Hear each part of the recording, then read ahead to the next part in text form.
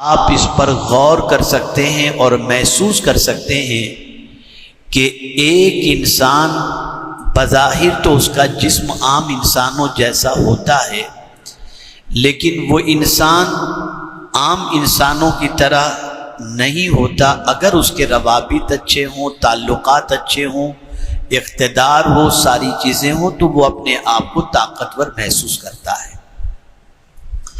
پتہ چلا تعلق کی بنیاد پر، کسی طاقتور سے تعلق کی بنیاد پر، کسی اعلیٰ درجے کے انسان سے تعلق کی بنیاد پر انسان خود کو طاقتور محسوس کرتا ہے۔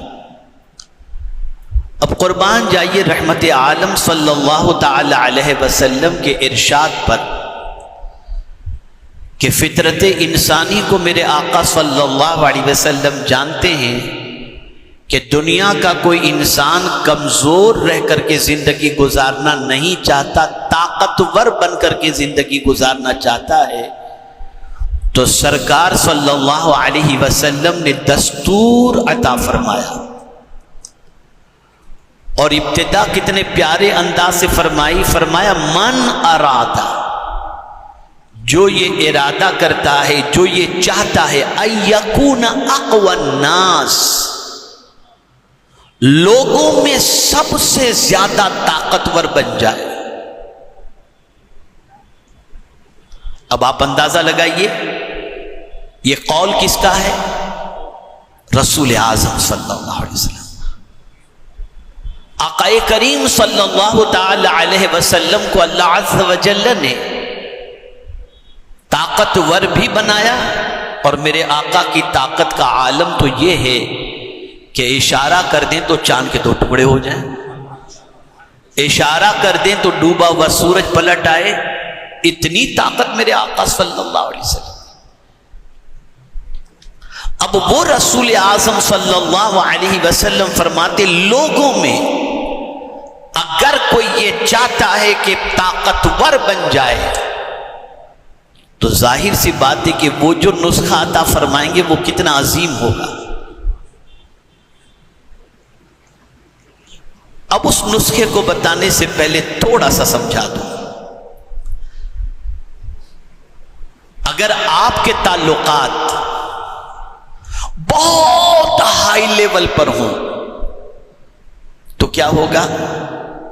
وہ ہائی لیول پر جو بندہ ہوگا اس کے اختیارات ہوں گے، وہ کسی کو فون کر دے کام ہو جائے، وہ مال کی ضرورت ہو تو دے دے، آپ کا کوئی مسئلہ ہو تو حل کر دے۔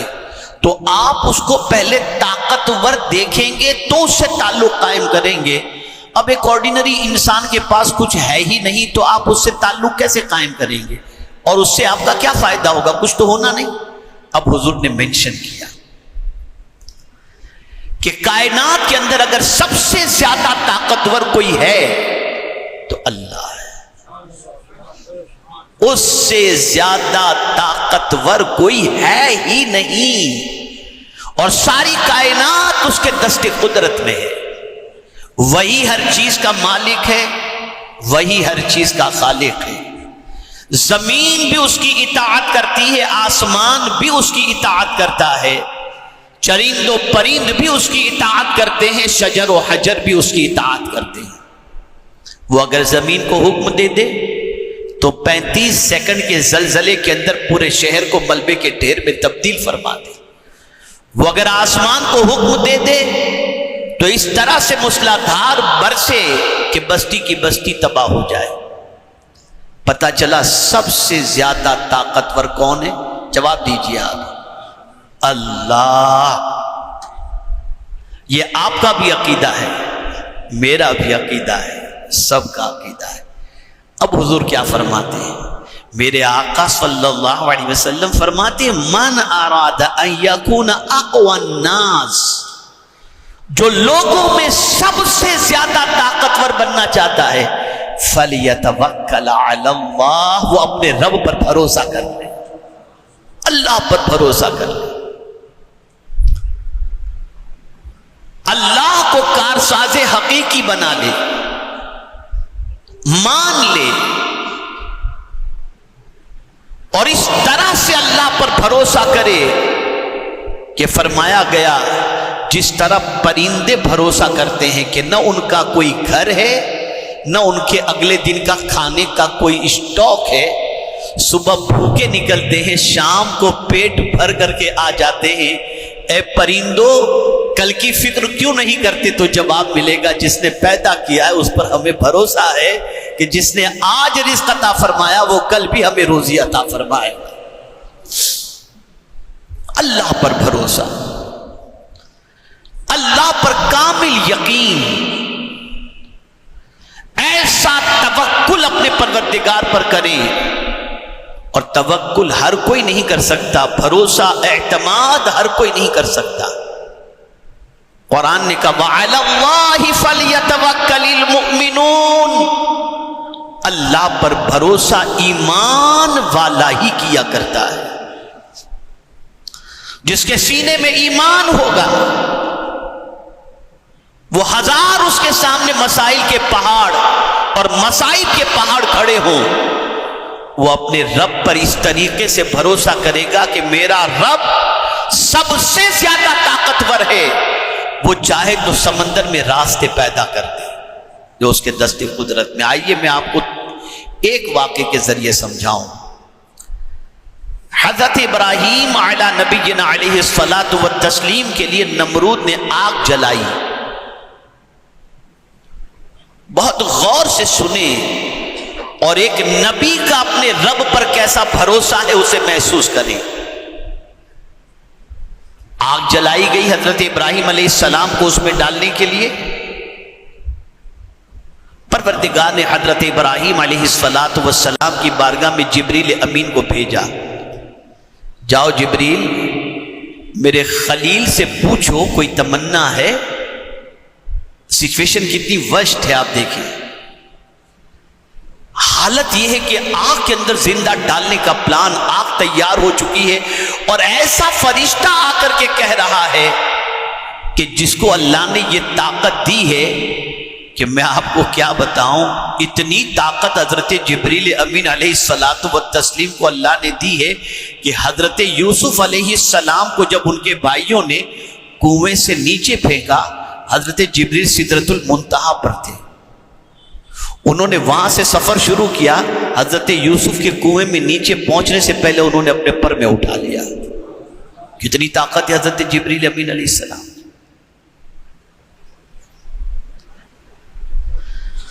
وہ حضرت ابراہیم علیہ السلام سے کہتے حل لک حاجت یا ابراہیم، اے ابراہیم تمہاری کوئی حاجت ہے؟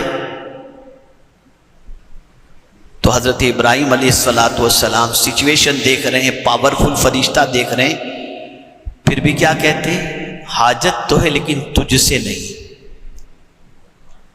تجھ سے کوئی حاجت نہیں۔ تو کہا ٹھیک ہے اپنے رب ہی سے اپنی حاجت پیش کر دیجئے، آپ مجھ سے نہیں کہہ رہے ہیں آپ کی حاجت، تو اپنے رب ہی سے کہہ دیں۔ یہ ایک مقام ہوتا ہے محبت کے اندر کہ آدمی جب محبت میں بہت اونچے مقام پر چلا جاتا ہے، کوئی وقت ایسا آتا ہے انسان کی زندگی میں، جیسے ہمیشہ ہمیں رونا اللہ کی محبت میں نہیں آتا، دعاؤں میں نہیں آتا، لیکن کبھی یہ کیفیت بن جاتی ہے کہ ہم اللہ کی محبت میں اتنے ڈوب جاتے ہیں کہ ساون بھادو کی طرح آنسو نکلنے لگ جاتے ہیں۔ تو ایک مقام محبوبیت ہے، وہ محبوبیت کے مقام پر انسان پہنچ جاتا ہے تو پھر مچلنے لگتا ہے اور اس کے ناز اٹھائے جاتے۔ تو حضرت ابراہیم علیہ السلام سے جب کہا گیا چلو اپنے رب ہی سے عرض کر دو، مجھ سے نہیں کہتے تو اپنے رب ہی سے عرض کر دو، وہاں بھی مچلتے ہیں حضرت ابراہیم، اس سے کیا عرض کرو، وہ تو مجھ سے زیادہ میری حالت سے باخبر ہے، مجھ سے زیادہ میری حالت سے باخبر ہے۔ یعنی کتنا بڑا توکل۔ اور اس وقت حضرت ابراہیم علیہ السلام کی زبان پر جو چیز تھی، جو دعا تھی، مفسرین فرماتے ہیں اس وقت حضرت ابراہیم علیہ السلام کی زبان پر یہ دعا تھی، حسبنا اللہ ونعم الوکیل، اللہ میرے لیے کافی ہے اور وہ بہترین کارساز ہے۔ اب اس توکل کا نتیجہ کیا نکلا؟ دشمن نے آگ میں ڈالا اور اللہ نے آگ کو باغ میں تبدیل فرما دیا۔ تو طاقتور اللہ ہے، قوت والا اللہ ہے، بڑی معذرت کے ساتھ میں عرض کرتا ہوں، مومن کا، جملے پہ توجہ چاہوں گا، مومن کا، آج کے مسلمان کا سب پر تو بھروسہ ہے، رب پر بھروسہ نہیں، رب پر بھروسہ نہیں۔ اپنے رب سے توکل مضبوط کریں، اپنے پروردگار سے پروردگار پر بھروسہ مضبوط کریں، ایسا توکل کریں، ایسا بھروسہ کریں کہ مجھے میرے رب کی ذات سے امید ہے کہ وہ مجھے ضائع ہونے سے بچا لے گا اور ہر مصیبت کے اندر میرا پروردگار میری مدد فرمائے گا۔